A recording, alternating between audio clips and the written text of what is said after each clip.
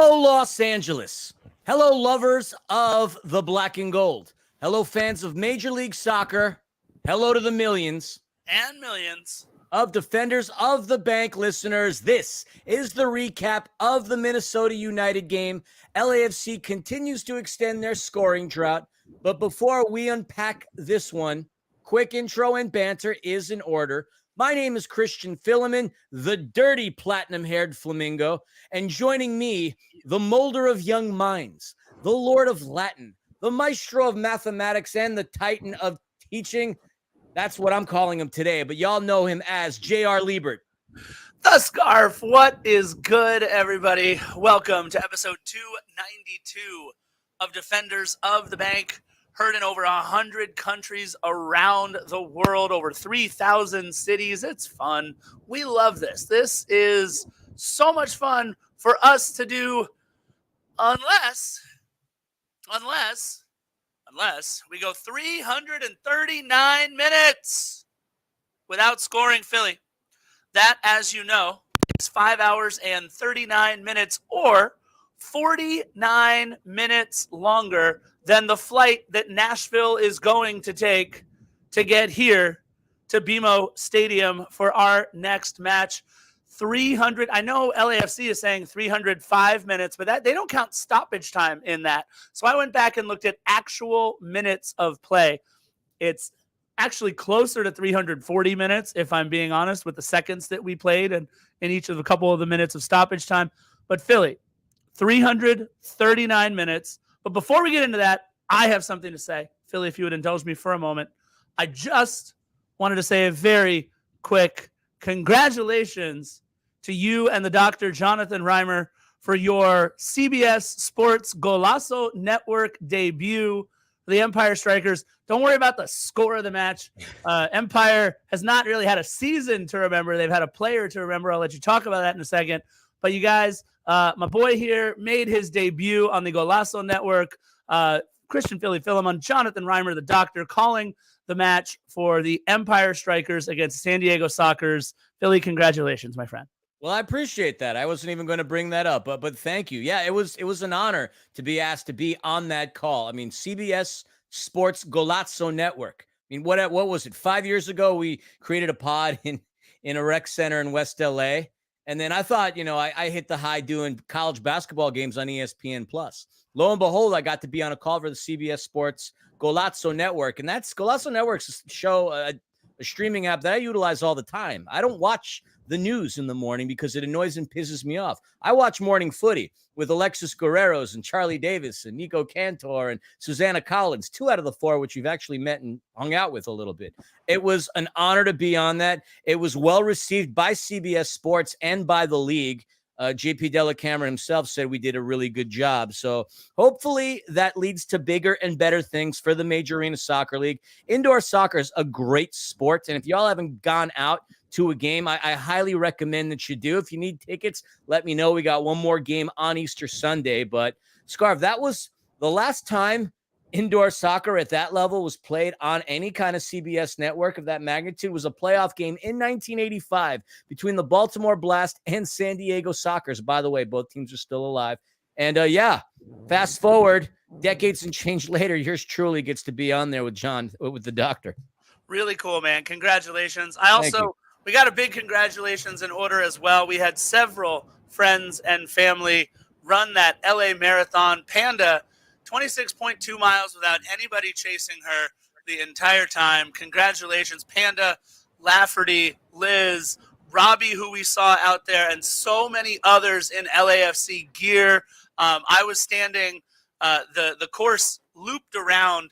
If you were at mile 19 on one side of the road, it actually looped back around. And it was like mile 25 and a half on the other side of the road. Saw lots of friendly black and gold faces out there, but also just so many cool people going through some things, man. When they come around for that 25th mile, is about 1.2 miles to go.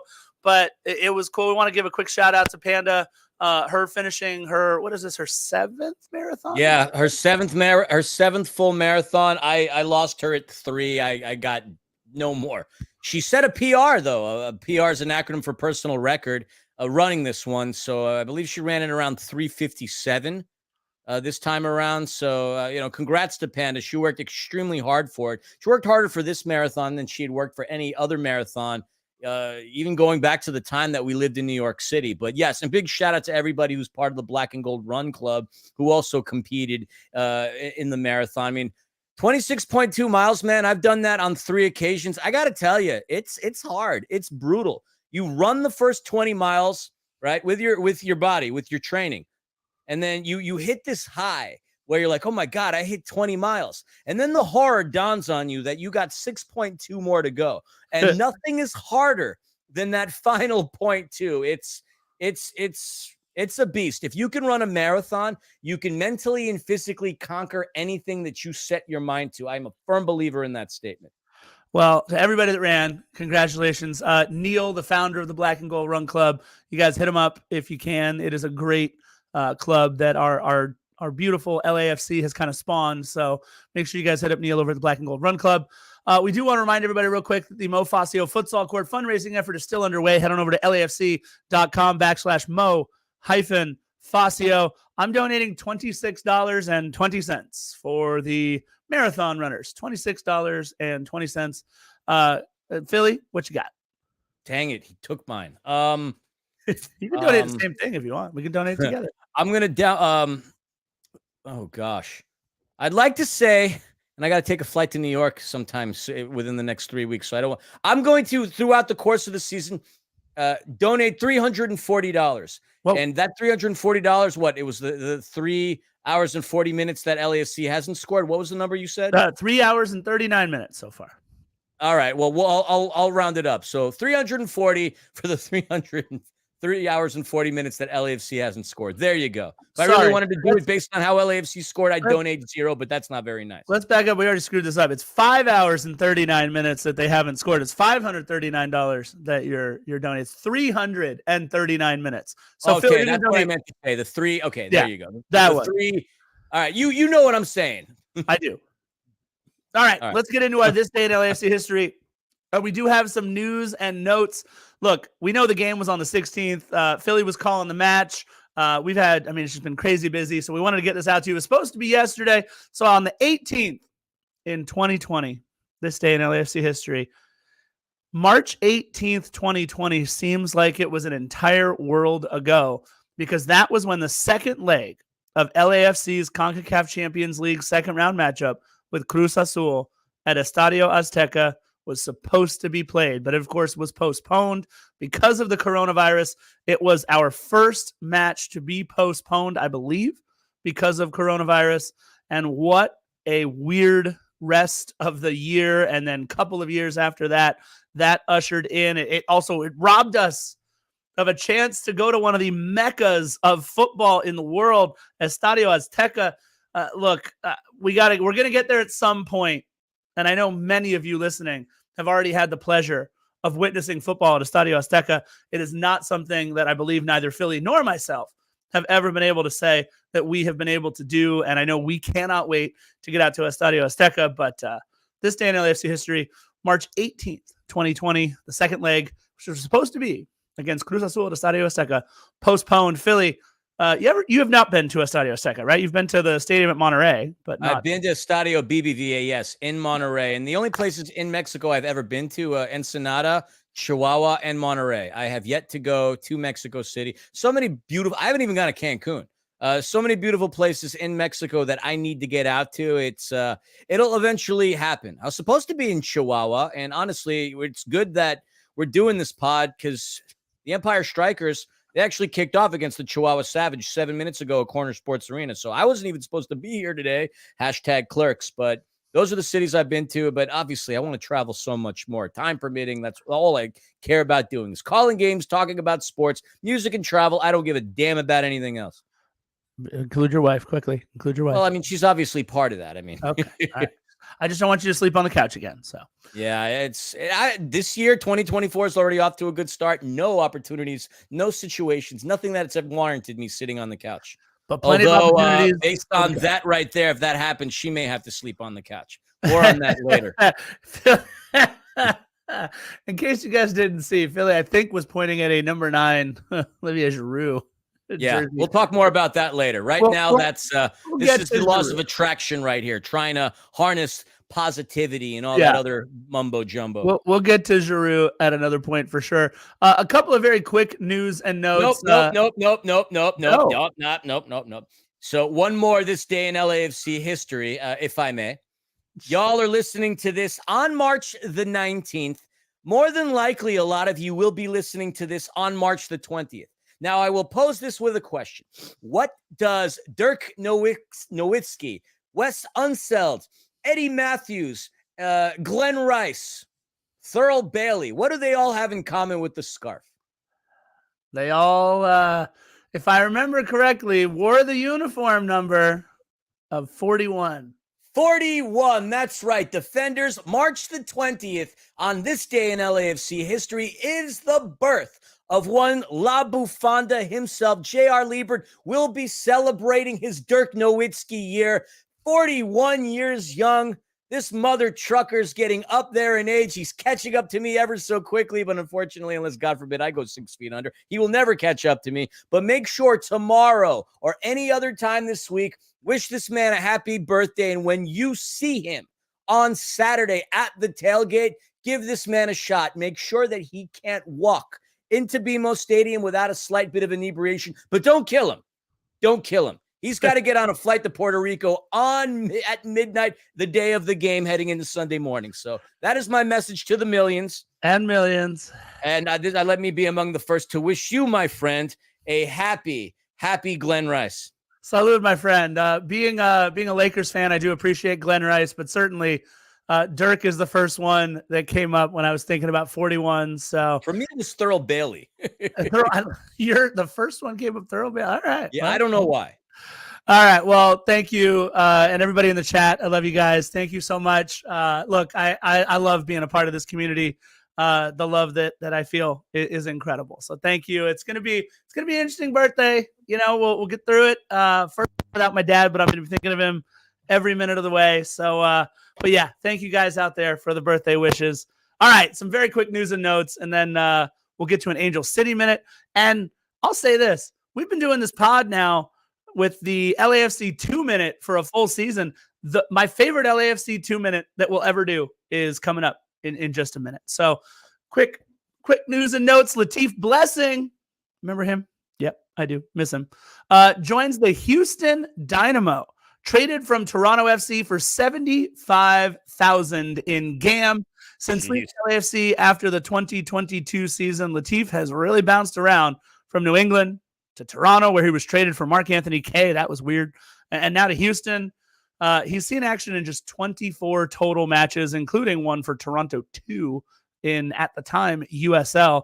Latif's still the second most capped player in LAFC history, 167 matches in black and gold over our first 5 seasons.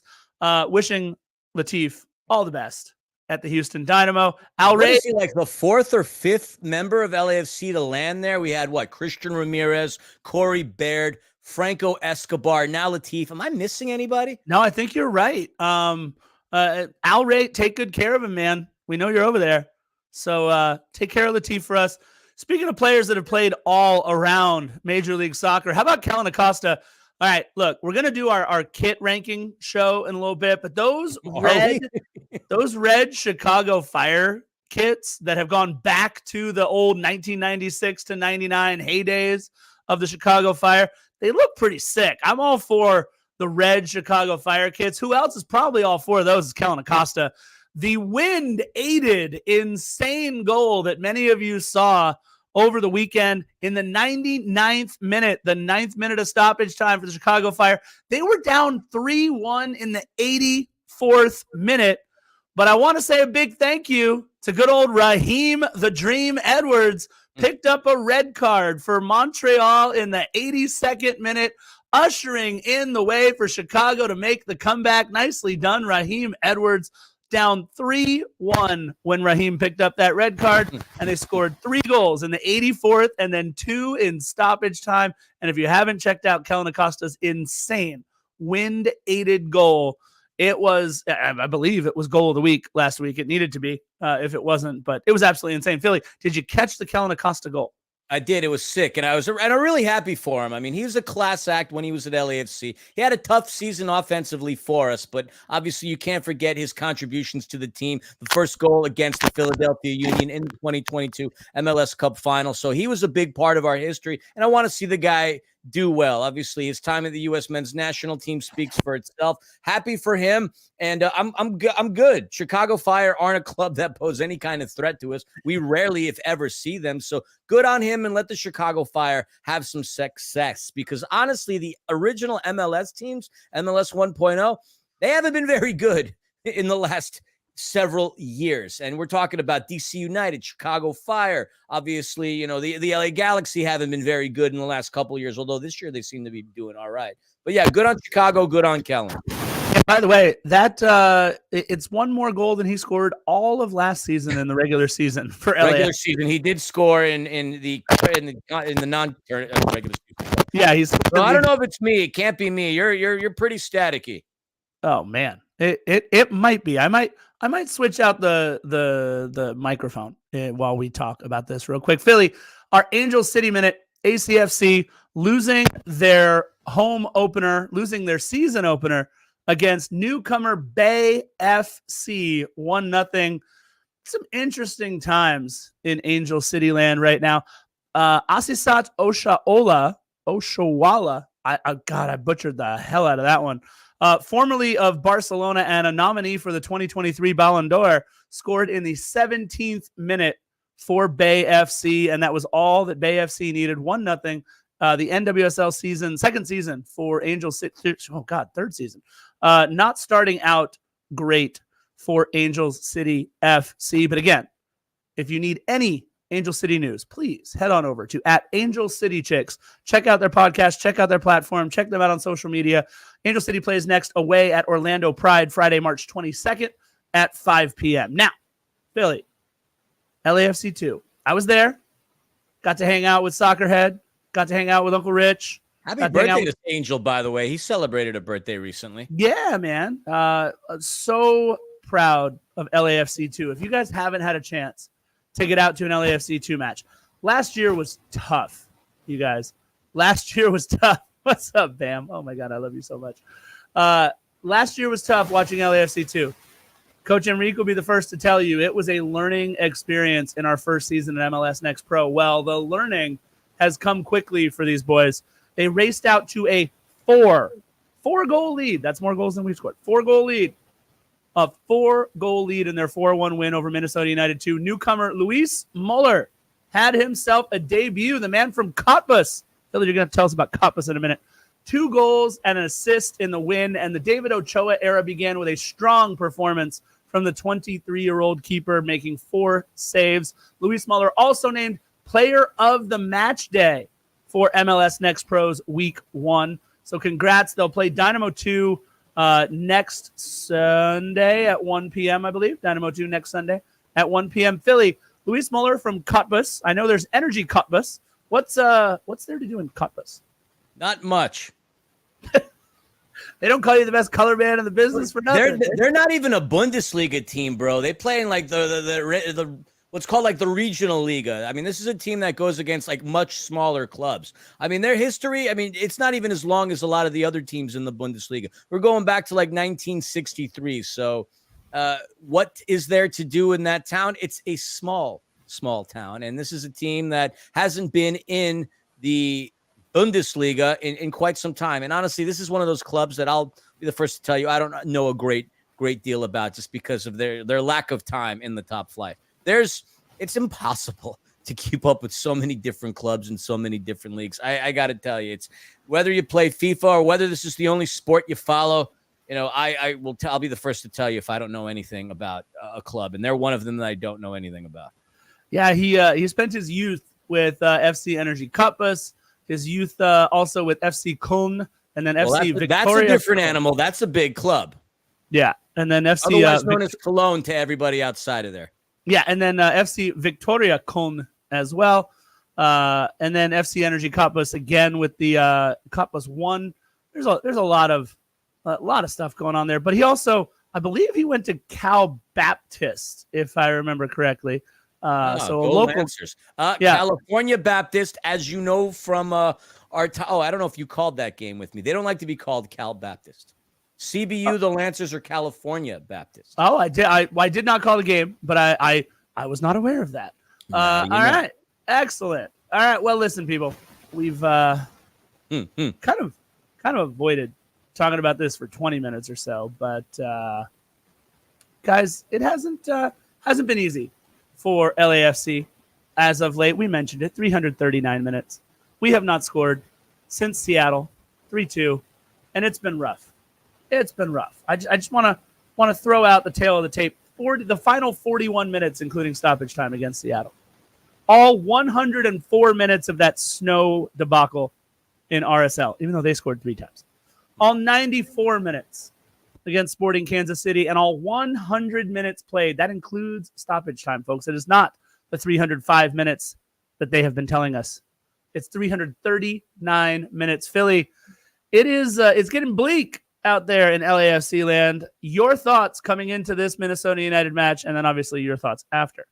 Yeah, I was under the impression that we would do what we've been consistently doing in Allianz, and that's walk out of that stadium with a draw. Historically, against the Loons, believe it or not, we've only beaten them 3 times. They've beaten us twice prior to this past weekend, and we just consistently draw this club time and time again. They have never beaten us in their homeland, but we've never beaten them either, as this is the 4th time that we've drawn at Allianz. And I told everybody on the One More Sleep rendition that we would walk out of there with a draw unless Denny Bwanga manages to score, and then when we would go out there and win.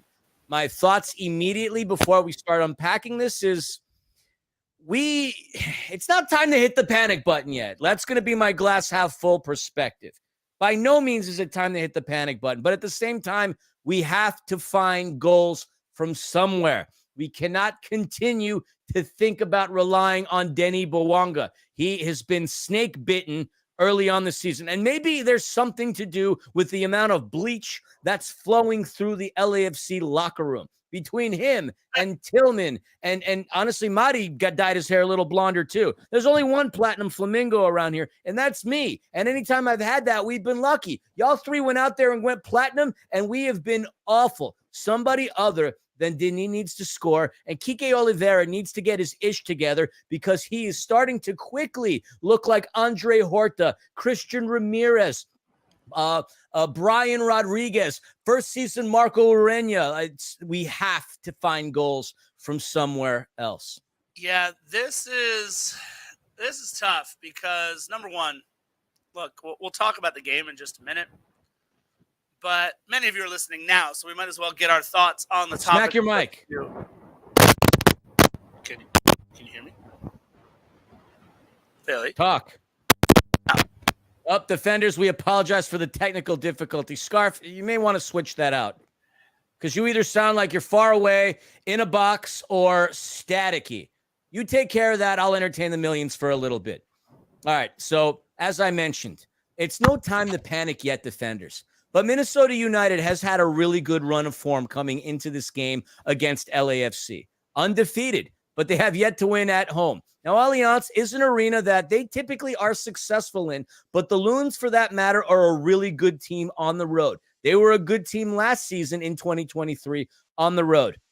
Changes have been made. They bring in a new coach, Eric Ramsey, 32 years old, the youngest coach right now in Major League Soccer, maybe even ever, if I'm not mistaken. I'd have to go back to the stats and take a look at that. But gone are the days of Adrian Heath, the fiery Brit himself, no longer donning the gaffer moniker. Eric Ramsey has a team that has a lot of talent. And I want to apologize for one thing before we get into lineups. We were under the impression, based on media reports, that Fragapane and Emmanuel Reynoso were not to be in the lineup. They were listed as out due to injury. And what did we see around the 60th minute mark in the second half? The 2 players that we told you were going to be out and injured. So for that, we want to apologize. Now, before I carry on, I see Scarf over there. Oh, my God. Hang on a second, defenders. My mother is in the chat. Ladika Filament in the house. My mother. Hang on. I'll be damned. My own mother is in the chat. Defenders, y'all can welcome my mother lovingly in this chat. This is the first time I've ever seen her on here. Hello, Mom. Anyway, Scarf, is your microphone working? You tell me. Can you hear me okay now? What in the blue blazer hell have you just done? It sounds better? better than it has in the last several pods. All right, good. I got rid of this guy, and we're having a problem with the big mic, so we're gonna just go with this for right now. Listen, you mentioned Eric Ramsey, the youngest permanent head coach in league history. Philly, he's 32 years old. Guy came over from Manchester United as an assistant coach. This is the Loons' 4th match of the season, but it's Ramsey's debut with the club. He is younger than both Ilie Sanchez and Hugo Lloris. In case you were curious, this guy, Eric Ramsey, youngest permanent head coach in Major League Soccer history. 32. Philly 32. Jesus. It's wild. I was in a rock band at 32, and I don't even know if I jumped back into the world of finance, but this guy is at the helm of a decent club in a pretty darn good league. That's utterly impressive. Good Absolutely. on you, buddy. And look, what that means is Adrian Heath is out, the club's former skipper, and the only Loons head coach in their MLS history, guiding their club for their first 251 matches. If you're wondering where he is now, he's a commentator. That's right. He's a pundit. He has taken the job that Ted Lasso started with. He's going in the opposite direction. He's pulling a reverse lasso. You can get in trouble if you pull a reverse lasso in the wrong place. But either way, you mentioned it. Reynoso and Fragapane both back from injury. And look, they like to run a 4-3-3 just like we do. So it's just very interesting to be able to see a club up top. We're going to talk about the lineups for both of these teams. There's a player who I think was a huge disappointment and had to get out of the way before my pick to click. Unfortunately, I was right about my pick to click on this one for the first time. I really wish I wasn't, but exactly what I thought would happen happened in the 88th minute. But Philly, shall we get into? Oh, let's not gloss over the fact that coming into this match, Minnesota United had played 3 matches in their MLS regular season. We're talking about drawing the MLS champions Columbus Crew and beating 2 very good teams on the road in very tough places to play, Austin FC and Orlando City. So they were coming in 2-0-1. And oh, by the way, after the win, because you guys know we lost 2-0, they are now sitting at the top of the table and tied for the top in the Supporters Shield race with 10 points through 4 games. This is not the Minnesota Loons of a couple of seasons ago with Tyler Miller in goal somehow taking the job from Dane St. Clair, or Christian Ramirez scoring goals in their just back up from the USL days.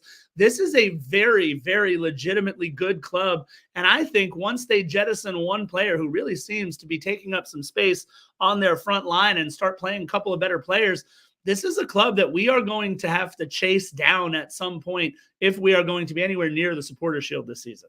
Curious as to who you should jettison from that front line. I'll get there. I got you. Well, it can't be my guy because my guy is actually very efficient on Minnesota United. No. I did find it rather comical that yet again your player to watch today was not even in the starting lineup. That's been a consistent thing for you. But you capitalized. You got it. It was. We'll talk about the sub thing in just a moment. But I mean, going through, and you're gonna talk about this Minnesota starting lineup. Yeah, a lot of really good players in there, man. Taylor had a very good defensive game, as did Boxall. Robin Lod, another Finnish legend within his own right, had a really good game. Hassani Dotson, a good player. You got Caden Clark, the former New Jersey energy drinker on Minnesota United. And then you have Teemu Pukki, the all-time leader on the Finnish national team for scoring goals, a legend at Norwich City, a guy who is so blatantly efficient. He is just scary. 9 shots on the season, 4 on target, 2 goals. I mean, they have a really good lineup. And obviously the Canadian national team keeper in that of Dane St. Clair. Good lineup, man. And let's see what Eric Ramsey can do. But anyway, I practically gave the starting lineup. But good players is what I'm getting at. Yeah, look, let me get into it. You mentioned the keeper, Dane St. Clair, a former forward Madison Flamingo, by the way. Let's go. And also making Scott Van Pelt proud, the NCAA champion in 2018 with the Maryland Terrapins. Ooh, Terps. making his first major league start, a player who absolutely bottled up anyone who was on his side. Props to Devin Paddleford, the local product from Maplewood, Minnesota. You got Miguel Tapia and Michael Boxall in the middle. Miguel Tapia, formerly of Pachuca, and Michael Boxall, the former UCSB Santa Barbara soccer player, most capped player in Minnesota United's MLS history. That's right. Michael Boxall, 209 caps for Minnesota United. He's also got 44 caps for the New Zealand men's national team. Now, Philly, we know what the rugby union New Zealand team is called. They are the most famous rugby club in the nation, dare I say, rugby team in the nation, the All Blacks. Do you know what New Zealand's men's soccer team is called? The All Whites. There it is, the All Whites. I have no idea why those two things are the case, but you got the All Blacks playing rugby. You got the All Whites playing New Zealand soccer. You mentioned DJ Taylor. DJ Taylor, I felt like was almost like a shutdown corner in this match. I know you guys love it when I talk about American football and talking about football, but they stopped going to DJ Taylor's side after like 20 minutes into the match. And Denny Bawanga even switched over off of DJ Taylor's side. An excellent game for DJ Taylor on the wing. He's such a good defender. You don't have to know anything about this game, and you just keep your eyes out on number 27, and it'd be clear as day, crystal clear as day, that this is a guy who's a good lockdown defender. Absolutely. In the midfield, you got Dotson. We got Dotson here, everybody. Nobody cares. Second most capped MLS player for Minnesota United in their history with 135 caps. Will Trapp, and that's 1L. Will Trapp, almost 300 MLS regular season appearances under his belt, including 20 caps for the U.S. men's national team. And you mentioned Robin Lod, the Finn with 28 goals, the Loons' all-time goal-scoring leader with those 28 goals in Minnesota United history. Again, this is since they came up they were in the NASL, I believe. Caden Clark. Caden Clark is just 20 years old. Caden Clark is a Minnesota native, Philly. Long time with the Red Bulls, even though the kid's only 20 years old. He spent like 3 or 4 seasons in the Red Bulls Academy, and then the Red Bulls, like Red Bulls 2, then Red Bulls. The transfer to Leipzig was an absolute bust. I'm just saying. He didn't even play for Leipzig. Yeah, never played. Didn't get one single cap for Leipzig. Not 1 minute. Not 1 minute.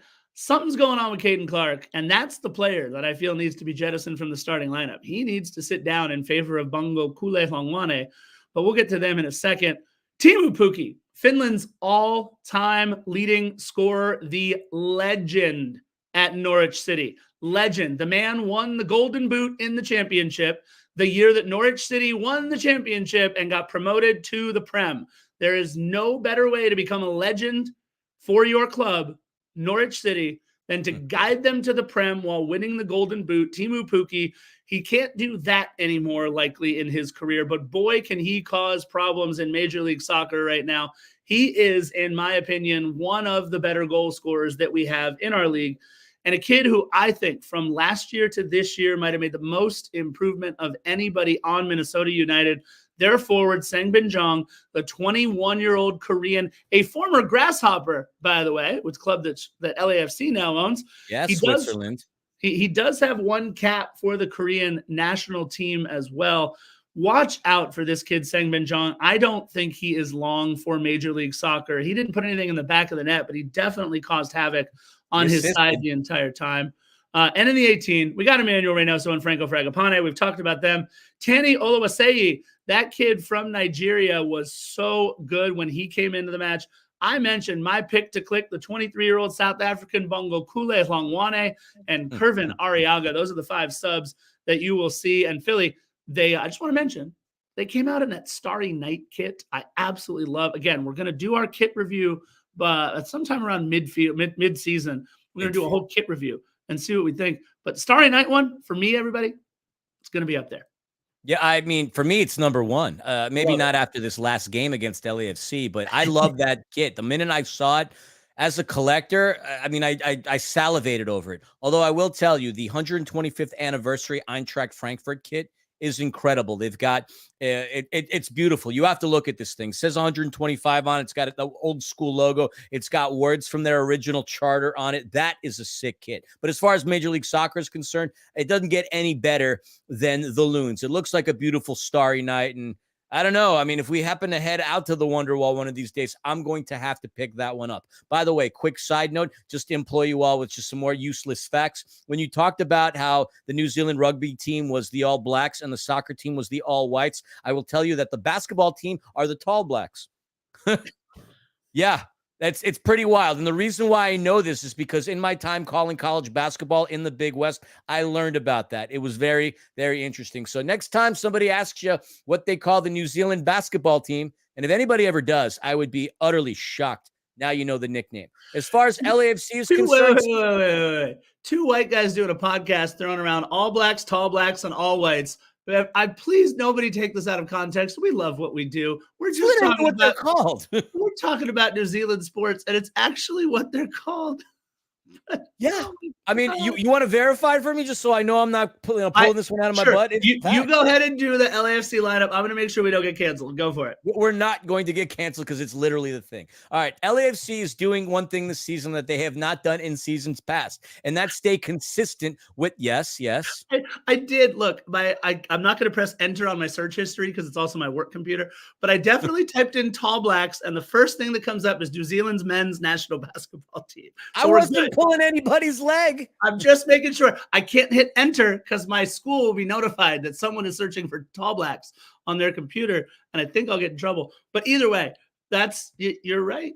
There you go. Yeah. Of course I'm right. Of course I'm right. Anyway, going back to my point, LAFC has been doing something very consistently this season that they haven't done in seasons past, and that's stick with the same starting lineup time after time after time after time again. And I think part of that, and it's a problem, is that there is no other depth pieces there. I don't know who I would sit down and who I would start. We can argue Nathan Ordaz. We can bring up a couple of names. Obviously, David Martinez being in it. But in the grand scheme of things, well, shoot, at this point, I'd even say Palencia over Omar Campos. We're not a very deep team, in particular in the midfield. Everybody that's a midfielder right now should be pretty comfortable in their position unless they get hurt. That's the problem, if you ask me. But anyway, Hugo Lloris, the $350,000 man in between the pipes for LAFC. Omar Campos, who maybe there's some upside for him, but Omar Campos has had a tough time transitioning from Santos to Major League Soccer. Doesn't take a rocket scientist to tell you that. Aaron Long and Jesus David Murillo are your center backs, and Moody contributed to one of Minnesota United's goal. And then making his 200th start in Major League Soccer, congratulations, Ryan Hollingshead. Your midfield consisting of Timothy Tillman, who arguably was arguably the best player on LAFC all day long, Ilie Sanchez, and then making his 100th appearance as a Major League Soccer player, Edward Atuesta. And up top, we have Denis Bouanga, Matty Bogush, and the guy that I don't want to refer to as Brian Rodriguez 2.0, Kike Oliveira. It's hurtful. Yep, I know. Anyway, just real quick, the players that came off of the bench, our guy Eddie Segura came through, Sergi Palencia, David Martinez, and Nathan Ordaz. We're going to finish this out. Eric Dueñas, who has yet to see any minutes, I believe, this season, and Abraham Romero as your backup keeper. Although you were there at LAFC too, they signed David Ochoa, formerly of Real Salt Lake. I got to ask you, how did David Ochoa look, and what time frame do you think it's going to take for him to crack LAFC's senior lineup? All right, so David Ochoa got a lot of run in 21, if I'm doing the timeline correctly, got a lot of run in 21 with Real Salt Lake. But unfortunately, it's not his talent that gets him in trouble. It was here. A lot of issues off the pitch and in the locker room with David Ochoa. And again, not privy to know all of these things, but I can tell you that they were there. So let's talk about this real quick. 22, he goes to DC United, barely plays. 23, he goes to Atlético San Luis, barely plays. So we're talking 2 full seasons without much run. In fact, he was coaching in Ventura County Youth. He was coaching Ventura County Youth at the end of 2023. So number one, he's got to get some run under his belt. But I'll say this. He wasn't asked to do much. He couldn't really do much with the one goal that was given up. He wasn't asked to do much. I need to see more. But that being said, if I'm Abraham Romero, I just keep doing what I'm doing because all the kid has done is work his way up from LAFC2 onto the top club, but I'm probably feeling a little less comfortable if I see a name like David Ochoa. He looked fine in the first match, Philly, but lots and lots and lots and lots and lots to go before I think he gets the jump to Fair enough. To the top club. Although who knows, right? If Romero is able to get some run, maybe something happens with Hugo. I don't know. But maybe you put David Ochoa in for the Open Cup. Maybe you put Abraham Romero in for Leagues Cup. I don't know. We'll see. Yep. Well, we've almost talked for an entire half of football without actually talking about this game, so we probably should get started. Yeah, look, I want to say this. LAFC, for large portions of the first half, dominated the run of play. I thought that for the first 15 minutes of the match, LAFC was the better side, especially in the 7th minute. We did have a time where Matty was taken down in the box in the 5th minute. They did a check. Everything was fine. I know people are starting to hate on these referees. I don't know. The VAR checks are happening, so I'm assuming everything is fine. There are calls that could have been made, but you know what? They made enough right calls as far as I'm concerned for it not to be a huge problem. I'm not longing for the days of pro referees, but I also wouldn't mind if they came back either, whatever that means. But let's talk about everybody but Uncle. you mentioned snake bit. You mentioned hamstrung. You mentioned something with Denis Bouanga, and there is definitely something in the air. Philly, you and I both know that last season, after he would have rounded Dane St. Clair the way that he did, even though it was a tough angle, Denis Bouanga missing an absolutely wide open net after mostly rounding Dane St. Clair is a product of nothing more than Denis Bouanga pressing to get that first goal. And by the way, I didn't like the run that Kike Oliveira made after he got the ball and that head straight towards the middle. But evidently, he and Denis worked on something there because he dropped off that pass, and that's what allowed him to round Dane St. Clair the way that he did. So props to Kike for finding him on that run and springing Denis. But Philly, I think it's just a case of him really pressing at the start of this season. He's hungry for it. I mean, you can tell that he is anxious and he wants to contribute. It's not for a lack of effort by Denis Bouanga. If there's anything we can applaud him for, he's maintained his aggressive style of attacking play. As long as he keeps doing that, the goals are going to come from somewhere. But there's got to be somebody out there in black and gold land who knows a shaman or a witch doctor or somebody. You got to get a little bit of incense, something going on, because Denis holds out for this contract. It takes forever to get situated. And now that he's signed it, he's not scoring. And that kind of sucks. Obviously, it's a complete, it's completely unrelated sets of circumstances, but he's just not finding the back of the net. And when he doesn't score, we don't score. And that's a problem. That was a problem last season. Hell, that was a problem in the flipping MLS Cup. Nobody scored other than him. When he doesn't contribute, nothing happens. And it sucks that it's happened this way. Dane St. Clair well out of his box. It was a good run by Kike Oliveira, but Denis is he's snake bitten. Anyways. Yeah, something that absolutely blew my mind, Philly, as we're watching this game on television, is in the 9th minute, there came a stat on screen. I don't remember how many passes Minnesota United had connected in the 9th minute. But after 9 minutes of football, Philly, how many passes did we complete? 3 passes in 9 minutes. Something is wrong. Something is disconnected. And they mentioned it later in the broadcast. I don't remember his name, the broadcaster, but he mentioned it later in the broadcast. And even both of them had talked about skipping the midfield to try and connect passes because the midfield just wasn't connecting passes together. Philly, 9 minutes of soccer and 3 passes completed is not the Bob Bradley way to play soccer. It's not the Steve Cherundolo way to play soccer. It's not the AYSO way of playing soccer. Yeah, it's not the way I would coach my U7 AYSO club. 3 passes in 9 minutes is unacceptable. I don't know what's going on, but we need to mix it up. Maybe some more triangle drills in practice. I don't know what the solution is. Look, this is going to surprise many of you. I am not a high-level soccer coach. I know. But 3 passes in 9 minutes, this can't be okay. Well, then I guess I have to ask you, then how did they dominate within the first 15 minutes if throughout 9 they didn't manage more than 3 passes? Because to be perfectly honest, Minnesota wasn't able to do a darn thing. You got an errant pass in the 3rd minute that killed our first run. You got a good quick restart where Matty looked like he was taken down in the box after the 5th minute. Yeah, they earned a corner in the 6th, but didn't do anything with it. Murray playing excellent defense in the 9th. 13th minute, Aaron Long blocks Pookie, and then on our restart, we're offside. And then Bogusz to Kike and into the Wonderwall. But for the first 15 minutes, if you looked, we dominated the run of play. We had just about as much possession as they did, which is something that we don't like to do now apparently anymore.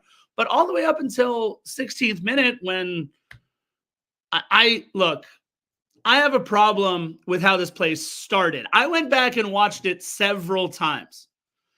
Pookie versus Ryan Hollingshead should have been a play on. It should not have been a foul on Teemu Pukki. It should not have been a foul on Ryan Hollingshead.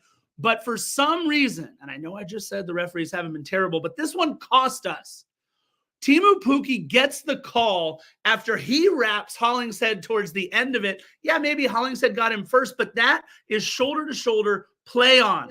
Teemu Pukki gets the call. It's a set piece, and props to the 21-year-old kid. Sangbin Jong put the ball absolutely where it needed to go, and Murray made a mess of it. Murray heads it, but instead of heading it out, instead of heading it forward, he heads it back across his own goal. It goes right to the foot of Robin Lod, and Robin Lod, with his off foot, absolutely buries it. It was an easy strike from 6-8 feet. And this costs LAFC, despite owning play for the most part. We're down 1-0. Awful. He was better off not even being anywhere near it. And by him, I mean Moody. That was terrible. He handed it on a silver platter to Robin Lod. It doesn't get any easier than that. The only way you miss such a wide open goal is if your name is Kike Oliveira. Robin Lod had such an easy look at Hugo Lloris, and it was an unfortunate thing. Moody makes some really good defensive plays, but then you see some boneheaded things like that makes you wonder. And then there are other times where you see him constantly bickering at the referee. It's like, my man, just focus on being a shutdown defender. You let Ilie yell at the referee. He's the one wearing the captain's armband. Him yelling got him a yellow card on a play later on for a handball by Ilie Sanchez. Moody needs to keep his head down and focus on not doing things like giving the ball directly to the opposition and enabling them to stick it to us early on in the game. Yeah, you mentioned it. Look, just 5-6 minutes after that, Moody does get the yellow for dissent. Look, here's the thing. We all know there are two players that we have to worry about with yellow card accumulation. You got Murillo and you got Atuesta. Atuesta was known for picking up some yellow cards the last time he played for LAFC. And so every time they get a yellow, I worry that later on down the line, it's going to cost them a match. And you know what? Philly, we've talked about it ad nauseum now. That's Latin for a lot. We're not deep enough to be able to afford a guy missing a game for yellow card accumulation right now, especially on the back line. Although Eddie's looking better and better. Hopefully we can get Segura out there. Yeah, Eddie Biff too. For sure. He's completely unblameable. No, for sure. But again, I didn't feel like they had mounted anything of an offensive attack. I mean, look, in the 23rd minute after that dissent call, right, they get a free kick. And Dotson fires the ball into the wall for a corner, and it was a really good corner. I actually didn't think that Hugo played this ball very well, and we kind of got lucky that Michael Boxall got called for a foul. It didn't look like Boxall had done much, although maybe he had kind of bumped Moody into Hugo Lloris, and it looked a little bit worse than it was. But Hugo had to punch that little flick, and it looked like it was going in on goal after Sangbin got the touch there with a little flick on. But I just didn't feel like Minnesota had really done a whole ton, although I do want to mention something, and it was in the 27th minute. Your boy, Teemu. I felt like every time Teemu Pukki touched the ball, something progressive was happening. He was always moving the ball forward, always trying to look for the man on the run or to take the ball forward himself. And I don't feel like, other than Denis Bouanga and Kike Oliveira, at moments, we have players that are willing to move the ball forward as much as they do. Dare I say, we're missing a little bit of that from a Jose Cifuentes type of a guy. We're missing a little bit of that, obviously, from a true number 9. I mean, I think we saw a lot of that with Bongi later on in the game as well for Minnesota. Just some people lacking the ability to get the ball moving forward in a non-predictable way. I think that's what we're seeing more and more that we're lacking. Yeah, you mentioned Pookie. I mean, the efficiency, I'm not going to go over this season's statistics, but even in the 17 games that he played last season, he scored 12 goals. I mean, This guy knows what he's doing. The only thing that Teemu Pukki doesn't have going for him is the fact that he looks like a 50-year-old in a 33-year-old's body. I don't know if it's his time, like growing up in Finland and playing in Norwich City, and now he's in Minnesota. He's not going to get that much needed and coveted vitamin sunshine in his life until he comes out here. But Teemu Pukki is a stud. I mean, if you really want to go through all the other plays that occurred, I have no problem with that. I mean, when we talk about in the 43rd minute, an opportunity that LAFC had. By the way, can you hear me? I seem frozen on the screen. No, you were frozen on the screen, but I can hear you just fine. It's starting to do that thing again for you, bud. Unreal. Anyway, 43rd minute, set piece for LAFC in dangerous territory. Atuesta with a brilliant ball into the box. Ryan Hollingshead rises to the occasion, but gets beat in the air by Michael Boxall. Heads it out for a corner. I mean, that was the only other dangerous opportunity that LAFC had put forward in front of Minnesota United. Dane St. Clair did not have any work to do in the first 45. No, Dane St. Clair didn't have any work to do because we couldn't get things in on goal. You're absolutely right. No subs, Philly, by either side after halftime. Look, that was a pretty pedestrian first half all the way around. I mean, if not for the one foul that shouldn't have been a foul and a perfectly placed free kick, which we needed to defend better, it should have been 0-0. But so we got a question from Richard Martinez. We'll address that at the end of the podcast. We'll talk about Olivier Giroud and some of the rumors that are going on. Philly, you still with me, bud? I'm still with you, bro. I mean, you're having mic issues. I seem to be having memory issues, not like me physically, the computer. Let me do this. You keep carrying on and let me reboot this mother. And that just leads me to believe that I have to separate myself from $1,200 and just buy a new computer. Anyway, carry on. I'll be right back. Sounds good. Ruben, to answer your question in the chat, Panda is good after the flat tire. She was. Oh, yes. Thank you. I'll explain that story momentarily when I get back. All right. Well, you go do what you got to do. I'll take it for a little bit from here. And we're having a solid technical start to our season so far, Defenders of the Bank. All right. Look, it took us 5 minutes to get anything going in the second half. It took until the 50th minute, the first good run for LAFC, but Kike was offside. I believe we accrued 4 offsides to their 0 up until this point. I thought in the 53rd minute, guys, we were actually going to get something going. And this is all because of the pressure of Matty Bogusz. And I want to talk about a little bit of what I think is the solution after we finish the recap here, because I think, and you guys might disagree with me, I think we have all the pieces we need to solve the goal issue for now, right now, sitting on our bench, even though we only had 5 field players and a keeper available for substitution. But 53rd minute, great opportunity for LAFC as Tapias absolutely made a mess of this ball right in front of Dane St. Clair. Matty Bogusz came absolutely flying in, and I am talking flying in, a great touch and hit it as well as he could. But unfortunately, right at Dane St. Clair for a massive save and out for a corner. We got nothing on the corner. Dane St. Clair, that was the first save that needed to be made by Dane St. Clair, and he was everywhere there to make it. I want to remind everybody that it was Dane St. Clair who backed up Canada's men's national team when Maxime Crepeau went out with the broken leg at BMO Stadium during the MLS Cup final. Dane St. Clair slotted up a spot. This is a player who's already not just on the watch list for the Canadian men's national team coming up for the next World Cup, but who's, dare I say, maybe even the favorite to be the starter if he keeps playing as well as he did.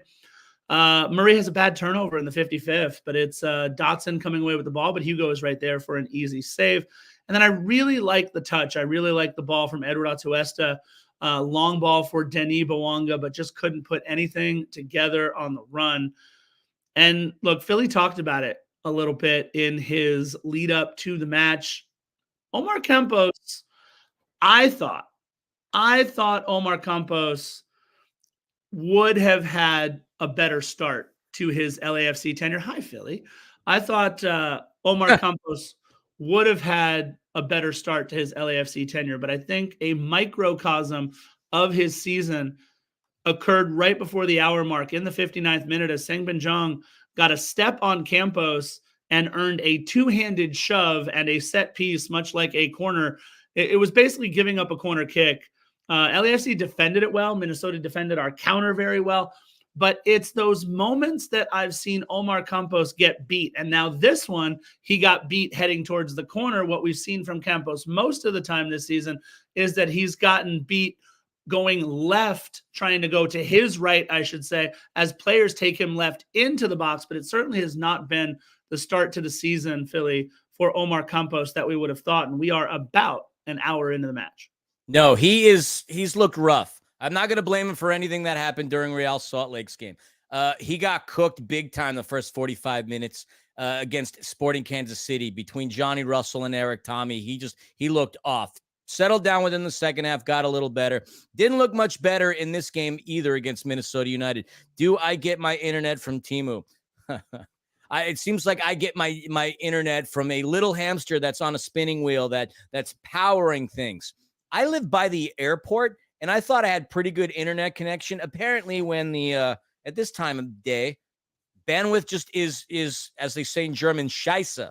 I'll let you look that one up, but I guess I have to up the bandwidth speed, and I just got to get a new computer. Anyway, good question by Ruben. Do we think, because last year we had a hair more depth that everybody was playing for minutes and starts, where this year Steve is playing the more tenured players? I think it's a problem that the players, in particular in the midfield, know that they don't necessarily have to battle for minutes with anybody else, because who realistically is going to replace anybody in that midfield? The only thing that you can possibly do is move Matty Bogusz down to a midfield and then bring in whoever the heck it is that they're bringing in up top. Maybe when Tomas Angel is healthy, then that's where you do you make your changes. But when there is no competition for minutes and for playing time, players, I don't want to say are going to become complacent. They're going to want to win regardless, but it's always better when people are fighting to earn spots, fighting to earn minutes, and fighting to make the 18. In this case, no one's fighting for anything. Our roster is stupid thin. If you look at just how the length of a list is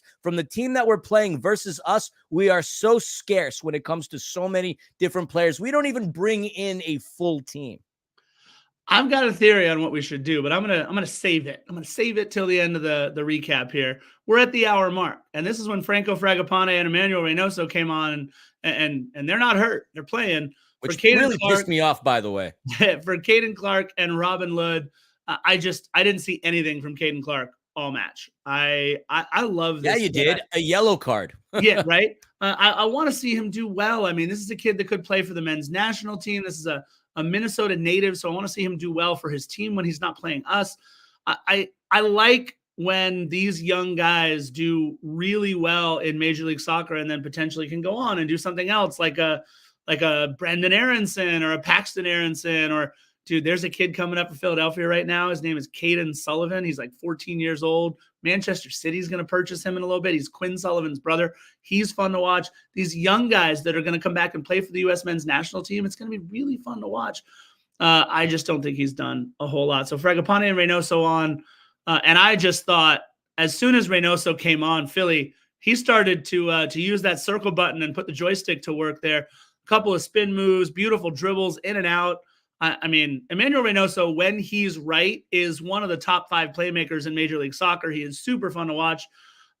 They couldn't get anything from it, but in that 62nd minute, man, between Reynoso and Sengbin on the opposite side, that's a lot of sizzle out there to have to account for. I'm still like fuming as Reynoso and Fragapane came on, because I'm telling you, man, that they said that they were out. I hate it when we see those types of mistakes in media reports, because then it makes us look like numbnuts when we're giving you guys a podcast.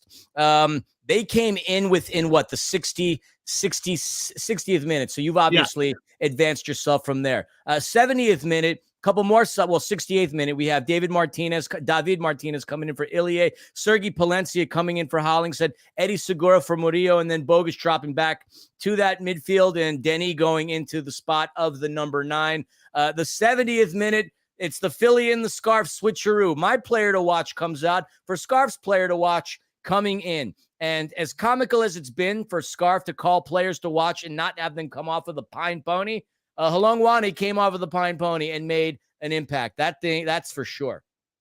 Yeah, look, I wrote a little note underneath that substitution too, Philly, because I look back and I said less than 20 minutes remaining in the match after Minnesota makes these subs, and LAFC have had one genuine opportunity so far.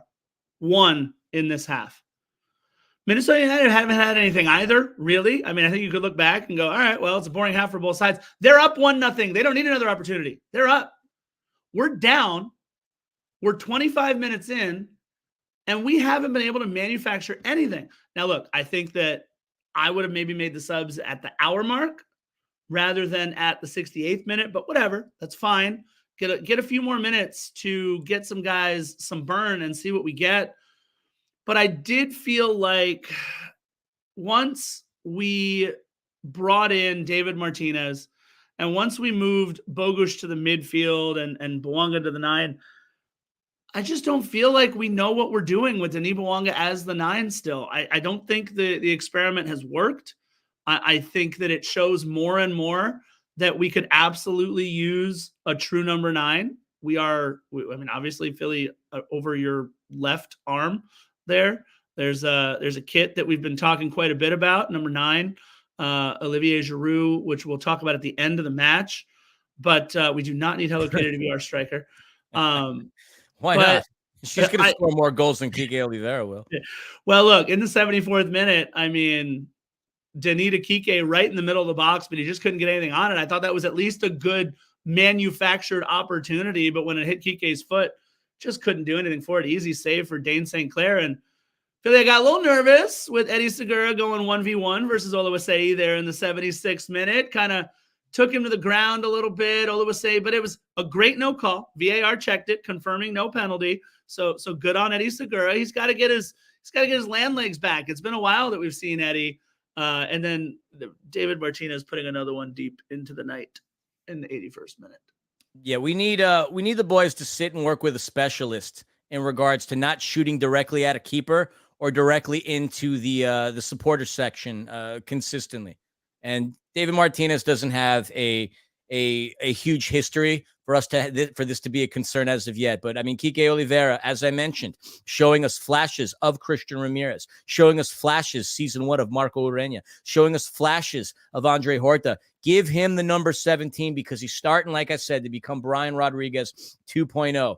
But, I don't want to discount the kid. He's a young and talented player, but the same way a baseball player needs to step inside the batting cage and hit himself out of a slump, Kike Oliveira just needs to sit at the performance center and just start taking opportunity after opportunity. And I'm not saying that he doesn't. I'm not at the performance at the training center ever, for that matter. Not since you and I had lunch with Carlos Vela back in 2019. It's been a long time since I was at the performance center. But he needs to take better opportunities anytime he gets within that box. I don't know if it's a nervous, anxious thing that when he's there's just something in him that needs to settle down a little bit. But not enough mustard directly into the cradle, the breadbasket of the keeper, or way the hell off. He needs to work on that if he's going to look to become an effective part of our offense. Yeah, I mean, he got to watch the rest of the match from the bench, as in the 82nd minute. Nathan Ordaz, and it was funny. As I was watching the game, Philly, I heard from all these different corners of Los Angeles when they saw Nathan Ordaz line up to sub in. I heard it was weird. It echoed from the north and from the south and from the east side over in Pasadena and the west side down in the South Bay. Practically singing the Randy Newman I Love LA song, by the way. I heard this collective, finally, Nathan Ordaz getting to play and getting to show us what he can do up top nonetheless. I mean, the kid is young, but he is hungry. He's got some wiggle. I'm saying it, you guys. I mean, I want to see more of Nathan Ordaz now. I don't know if David Martinez or Kike Oliveira are the answer, but what I do know is Nathan Ordaz knows the system a little bit better than both of those guys, and I want to see a little bit more of him. I'll get to that in a second. But if you listened real close during the match, you could hear from all over Los Angeles people saying, finally, Nathan Ordaz getting some touch. A yellow card for Oluwaseyi in the 86th minute, barreling through Matty Bogusz. And then Philly, to borrow a line from Chick Hearn, the refrigerator door was closed, my friend. The Jell-O was jiggling. The butter was getting hard when in the 88th minute, Michael Boxall from distance, not close. And then LAFC had to do some nervy defending, cleared it out of there. And then because of the great camera work at Apple TV, I watched this over I don't know how many more times. Philly, perhaps you have insight. Perhaps you saw an angle. But here's what I saw. What the heck happened behind the play that we passed the ball? It looked like it went over or out of the reach of what looked like Nathan Ordaz from the terrible angle that I saw. And then to Eddie Segura, the ball just kind of jumped over Eddie Segura's foot. And who's flat-footed? But Omar Campos got caught in the wrong position and flat-footed with Bongo Hlongwane, who races towards the ball, races by him, 1v1 with Lloris, and Lloris got like 2 fingers on it. He actually got a touch as the ball went by, even though Bongi put everything he had onto it. But that was all over. But the crying at that point, Philly, 2-0. Did you see what the hell were we doing? Passing the ball back over Ordaz, under the foot. I don't know. That was AYSO-esque. How that managed to get to Hlongwane is a thing of comedy. When you put together your tape, your bloopers of the season, that's got to be in one. How it went through that many players from that distance. And you said it, Campos completely flat-footed. I'm sure he was flabbergasted by it. It took a weird jump. Maybe you can fault one player on that, but there's literally 3 players that are involved in bad moments that led to that goal. And I mean, that was insult to injury right there. And I don't want to say it's a microcosm of the last 3 games, but it's a microcosm of the last 3 games. Silly plays prevents us from really getting back into the game. And I do have some thoughts, and I'll hold off. Once we wrap this up, I have some thoughts in regards to a couple things, but that goal should have never happened. And let's be real. Should have never happened. Let's be real. That's what we're talking about, right? We go almost 45 full minutes in the second half. Our defense is playing fine. Our defense played great. We had one foul call that probably shouldn't have been a foul call that led to a great set piece by Sangbin. I don't want to take the shine away from Sangbin's beautiful set piece. Murillo definitely didn't do what he needed to do with it, but that's how they're up 1-0. That's why I would say our defense wasn't playing that great, because it was 2 bad boneheaded errors that led to goals. It's not like teams are manufacturing chances against us time after time after time after time. It's not like what I felt like with the Columbus Crew in the final, where we were just outplayed for 75, 80 minutes of that match. This was a match that was right there. If we could find damn near anything going forward, could not find anything going forward. Thanks to LAFC's scramble defending again, Bongi doesn't put a second one in the back of the net just 2 minutes later, by the way. The ball was pinballing all over the box. They say 5 minutes of stoppage time. And Philly, you can see Denis pressing once again in that first minute.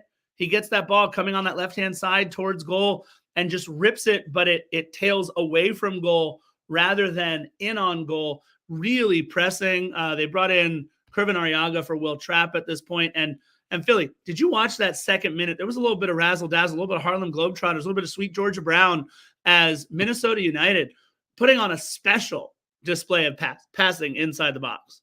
Yeah, no, I mean, I honestly, I don't even recall that scenario, so I don't have any note on it.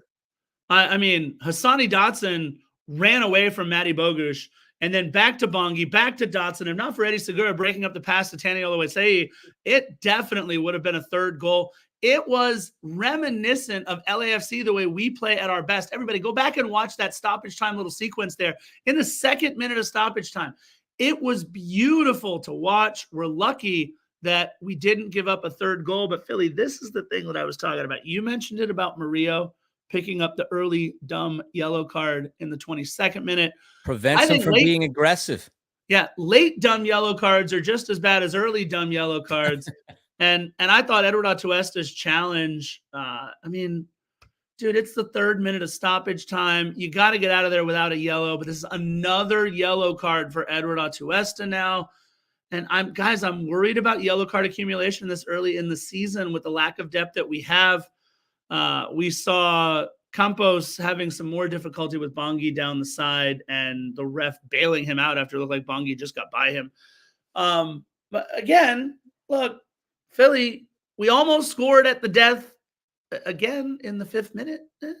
I mean, look, Denny was offside. Kudos to Sergei Palencia for threading it into Bouanga, who found the back of the net for the first time this season, might I add. But sadly, it was in an offside position. No goal, no question about that. Nobody fought for it. We all saw it, clear as day. And that's really all she wrote.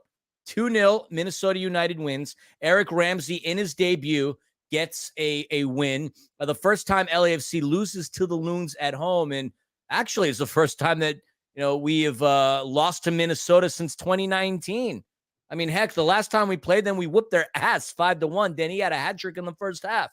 Love to see some more of that magic once again. But, all good things come to an end. And our what's the word I'm looking for? Our undefeated streak, I guess you could call it, at Allianz is over. And shout out to Minnesota. They played well. They were effective when they had their opportunities. But like you said, they didn't create their chances, so to speak. They took advantage of LAFC's ineptitude on a couple of occasions and made us pay. Now, the type of team that LAFC is, when we're getting really good opportunities, if you notice, it's without a doubt in a counter. When they force a turnover and they go off to the races, they're a tough team to contain in those types of scenarios. But for a team that in the past has normally dominated possession, held the ball, controlled the midfield, we're not seeing much of that. You mentioned how we don't understand how to function with Denis being as a 9. I don't think we know how to function, period, without being on a counter. That's an issue. And I don't know what more to say about that other than, Steve's got to be working with the boys over at Cal State LA to remedy these scenarios, because they have to do better controlling possession. They have to do better passing the ball. I mean, if you look at their accuracy within the first half, it was abysmal. It was nearly a D+ if we're going to shout mathematic terms. They had more shots on target than Minnesota United did, but Minnesota United was perfect 100%, 2 for 2 on their attempts. We missed our attempts. And so there is much work that needs to be done, but there is so much time left to go in the season. Reinforcements had better be on their way, but there's no time. This is not the point of the season where you hit the panic button. Not 4 games into the season. Our worst start ever in franchise history, but not where I would be throwing out everything, including the bathwater. All right, I'm not throwing out everything, but you know what I am doing, Philly? I'm stopping the run at 4 games. I'm stopping the run of the same starting lineup 4 straight games. It's time to at least switch it up and see what you have. With Nashville coming in on Saturday, March 23rd at 7:30 p.m. With us having only 4 points through 4 matches, sitting 10th in the West and 21st in the Supporters Shield race. It's time to mix it up, and I'll tell you exactly what I would do. I would move Timothy Tillman out of the starting lineup, and I'll tell you why. He was the best player on LAFC. I hear that he had a good game. I hear that he had a good game last week. However, the one good thing I've noticed about Timothy Tillman over the course of his time at LAFC is that he is the same player coming off the bench in the 60th or 70th or 75th minute as he can be for the first 75 minutes of the match. He is consistent in his level, whether he is coming off the bench or starting. And I think having Matty Bogusz back there, because I think it was Mikey. Where's Mikey? Here we go. Atuesta and Sanchez slow down the game during counter transitions. It used to be that they would facilitate the game during those counter transitions. Now they're just slowing down the game during those counter transitions. So here's what I would do. I know he's young. I know he's unproven. But I want to see Denny Bouanga on one side. At this point, you want to put David Martinez over on the other side or Kike Oliveira on the other side? Great. I want to see Nate the Great play the 9. I want to see him in the middle, and then you can interchange. They have so much wiggle, so much sizzle between Denis Bouanga, Kike Oliveira, David Martinez, whoever we're going to put on the other side, and Nathan Ordaz. That interchangeability there, that interchangeability of being able to play the 9, maybe they can go outside. It all depends, but I want to see Nathan Ordaz. I want to see Matty back On the opposite side, I want to see him wherever Denis Bouanga is. I want to see Matty Bogusz and Denis Bouanga on one side. That puts Edward Atuesta on the other side with whoever it is that we're going to put there. You got Ilie Sanchez and Nathan Ordaz. And I'm going to make one other small change for right now. I want to see Sergi Palencia. You mentioned it. I want to see Sergi Palencia maybe a little bit more than Omar Campos right now to settle some things down. Those are my thoughts. Oh, no, I would agree with you. I would also like reinforcements to come through. If you look on Twitter, and many of you are joining us via X, by the way, so we certainly appreciate that. We're over 200 people watching this right now, so big shout outs to y'all. But the deal for Cabecita is done. Portland Timbers have signed Cabecita, a player that we were looking for and trying to go after for a number of years. Transfer for less than $5 million. He's got a medical scheduled this week, and there's a good chance that he's going to play against the Union on March the 23rd. Now, of course, this is all as a result of Tom Bogert's tweet. We need players, man. We need reinforcements. I put up that jersey right here because our same buddy, Tommy Scoops, mentioned that we're in advanced talks to sign Olivier Giroud. Giroud. There's nothing that is guaranteed as of yet. This is great news for the club if it happens. It's bad news for me personally because my wife is absolutely Giroud obsessed. And that, that kind of scares me. So if there are any single ladies in the chat, I don't know, maybe in another year I'll be single. God forbid. God forbid. But I want Olivier Giroud on this. Giroud, stop saying it. Giroud on this team because we need a proven number 9. Regardless of whether or not Carlos Vela is going to come back to this team, do you think he's really going to be game shape ready the minute he signs the dotted line? Probably not. He's had way too much fun based on his wife's social media. We need somebody who can come in immediately and start to propel us in a different direction than we're going in right now. 1-2-1 is where we are right now. 4 points. We've scored 2 goals in 4 games. 2 stinking goals in 4 games. And it was only Matty Bogusz and Timothy Tillman. How we have this amount of offensive output in this amount of time baffles me. The fact that we haven't scored in however many minutes/hours that you mentioned to in the beginning of the pod, it baffles me. This is a team that wants to play an exciting brand of football. I hope to God the reinforcements are coming in, because if our hopes, and maybe I'll put my foot in my mouth, but if our hopes are on a older Carlos Vela and a recovered and fully healthy Tomas and Angel, then this is 2021 all over again. And I'm not proud to say that. Look, I want to mention a couple of things. Number one, you're absolutely right. Some of you in the chat that are mentioning this, and I didn't realize the dates overlapped as quickly as they did. Nathan Ordaz called into the Honduras senior national team. No, El Salvador. I mean, El Salvador, my friend. El Salvador. Yes, my apologies. Excuse me. Why did I say Honduras? The El Salvador. Why am I saying Giroud? We say stupid-ish from time to time. It happens. Yeah. So the El Salvador national team has a game, I believe, tomorrow against Bonaire. And that's just not a fancy way of saying boner. It's actually Bonaire. And then they play Argentina on March 22nd. And that's why I mentioned it. And Honduras on March 26th.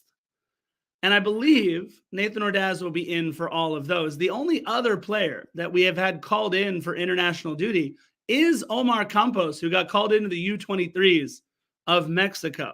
So we might see Sergi Palencia no matter what. I think that'll be good to give Omar a little bit of a run. I think that'll be good. But we'll see what happens in the middle. Good, because all he's been doing is giving us the runs. Yeah, look, I still think it's time to switch it up. Then maybe that means we start David Martinez on one wing, Denis Bouanga at the 9, and Kike Oliveira on the opposite side, and see what we've got with those guys for longer than 20, 30 minutes at a time. Because, look, it's time to at least try something else. Bogusz in the midfield. That does take Timothy Tillman out, but still, it's going to be interesting. That's right. Ghostbusters Frozen Kingdom does open this weekend, too. Fun. Can't wait. All right, so Philly. I think we've yapped enough. We've both talked about our thoughts, you guys. We got a lot to talk about, but here's the one thing that both you and I know. The black and gold, LAFC, we can't let Walker Zimmerman come back into BMO Stadium and dictate things for Nashville. We can't let Hani Mukhtar come in and run roughshod all over that beautiful turf that we have at BMO Stadium. We're going to need the 3252. We're going to need all 22,000 of you at BMO Stadium, and we are going to need the millions and millions to help this club out of these doldrums. We're going to need it. In our way of helping that, what we will have before the match are scarves. We've got Defenders of the Banc scarves with the star on them. Of course, I don't have one. Right. Oh, it's over there. Philly, talk to. Oh, do you have one? Philly has one. I got one right over there. We do have scarves. Is that the new one with the star? There it is. The new one with the star. Defenders of the Banc on one side, and then our cool little, little pattern on the back. There we go. And if you Philly, put it over both of your shoulders with the pattern on the other side, so it comes together and it makes. There we go. It? Of course. You got it backwards. That a kid. Of course. Never fails. I love it. Erica, burn some sage. Start burning it right now. There you go. I like it. And look, it comes together for the Defender. There it is. Comes together for the Defenders logo with the star and everything else on that side. There's the logo. So we'll have scarves. And we hope you like them. We will also have merch shortly. That's the 500 level is working with us on all of our merch. We've got the t-shirt designs in. It's going to be a lot of fun. We're going to have plenty of options for you guys out there. We're going to have options for kick childhood cancer, breast cancer awareness. We're going to have options that match the smokescreen kit. We're going to have options that match Philly 316 t-shirts. That's Philly's like dream is to have those made up. We gotta get those done. It's going to be a lot of fun, you guys. So make sure you check out defendersofthebank.com over the next, I would say, week or so. We're going to have those ready for you guys. Philly, oh my God, an hour and 20 minutes. Thank you to everybody in the chat. I mean, this is our best watched episode across all the 205 platforms. Erica, I'm pretty sure the answer is yes, but I will double check that answer for you. Oh, Philly, I'm going to let you take us away. And then you can say bye-bye. Just tell us all how Panda's tire situation went. Yeah, it was dumb. She was coming back from Dodger Stadium. We were doing one more sleep. She'd called me multiple times, so I realized like there was an issue. So as she came off the exit to get on the 5, like on the 3rd lane or whatever, she had a pothole that sliced her left tire, the left side of her tires, front and back. Pulled over on the side of the road, and I got to tell you, I am so freaking happy that I bought a AAA membership like 3 or 4 months ago. And I got to give a shout out to our buddy, Chris Lafferty, for that. I'd never thought of AAA. I mean, I grew up in New York City. The only like AAA I ever knew was, well, I don't know. I didn't know anything about AAA. Saved our butts. She was able to have AAA come through, change one of the tires. She rode on the side roads through Griffith Park to get to the house with one bum tire, made it. Today, we scheduled an appointment, and because of that AAA discount and the fact that she was a veteran, we got pretty good deal, and the tires got replaced. So she's safe and sound, set a personal best for her LA Marathon, so she is good to go. If you don't have AAA, get it. Like Erica said, it's a godsend. I don't know what I would have done or how much it would have cost or how much I would have been freaking out knowing that my wife was on the side of the 5 with 2 flat tires. So get AAA. It's dirt freaking cheap. And yeah, that's how that goes. And you know how we like to end all of our 292 episodes and counting. Bye-bye. Bye-bye.